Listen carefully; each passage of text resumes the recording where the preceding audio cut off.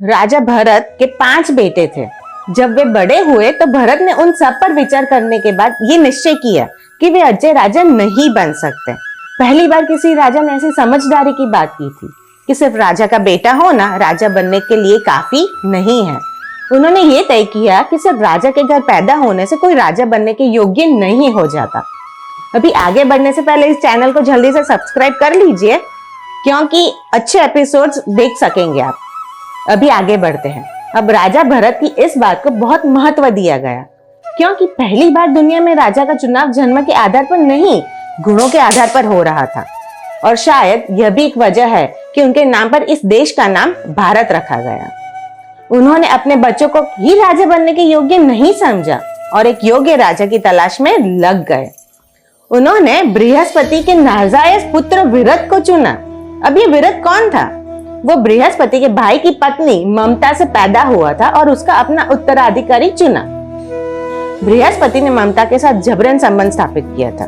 इस युवक को भरत ने राजा के रूप में चुना। विरत एक महान राजा साबित हुआ और उसने बहुत बुद्धिमानी के साथ राज किया। शांतनु पांडव और कौरवों के परदादा थे। अब ये शांतनु को हम अच्छे से जानते हैं, पर विरत और शांतनु का क्या कनेक्शन है? विरत की 14 पीढ़ियों के बाद शांतनु हुए।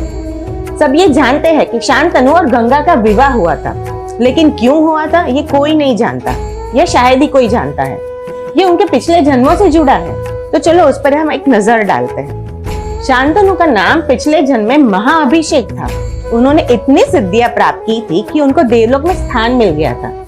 एक बार दरबार भरा हुआ था और देवी गंगा अपने अति सुंदर रूप में वहां आई। वो पल भर के लिए बेखबर हुई और उनका पल्लू गिर गया।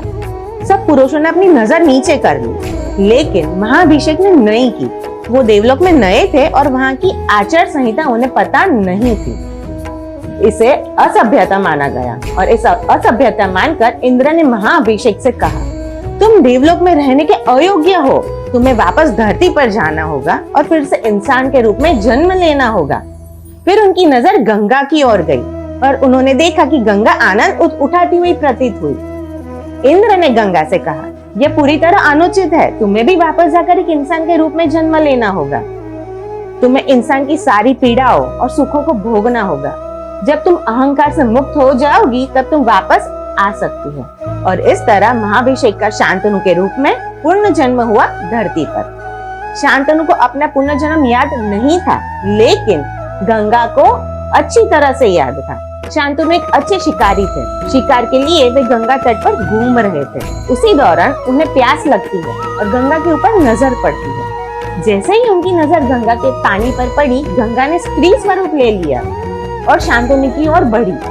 शांतनु की नजर उन पर पड़ी और वे फिर से उनके रूप पर मोहित हो गए। तुरंत ही उन्होंने कहा, हे सुंदरी, तुम जो भी हो, मुझे तुमसे विवाह करना है। तभी गंगा ने कहा, मैं आपसे शादी करूंगी, पर मेरी एक शर्त होगी। शांतनु उनके रूप से इतने मोहित हो गए थे कि वे सारी शर्त मानने को तैयार थे। अच्छा, वो शर्त कौन सी थी जिसने पूरे महाभारत का रूप ले लिया? शांतनु ने शर्त मानकर सही किया। ये देखने के लिए श्वेतालॉजी का अगला एपिसोड जरूर देखें। आपको ये एपिसोड अच्छा लगा हो तो शेयर जरूर करें।